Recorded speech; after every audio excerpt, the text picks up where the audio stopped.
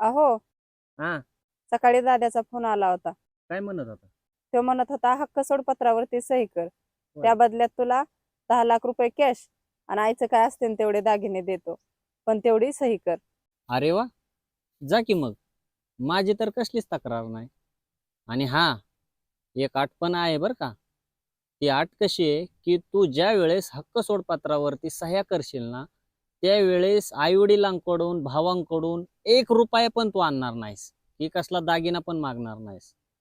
अगं, ज्या वेळेस हक्क सोडपत्रावरती माझ्या बहिणीच्या सह्या घ्यायच्या होत्या त्यावेळेस मी बहिणीला कसलाच काय रुपया दिला नाही, की तिनेही कसली अपेक्षा केली नाही. उलट तू चांगल्या कामाला चाललीस. जाताना एक मिठाईचा पुडा घेऊन जा. आणि हक्क सोडपत्रावरती सह्या झाल्या ना, तर सगळ्यांची तोंड गोड कर. आणि असाच आनंदाचा गोडवा निर्माण कर.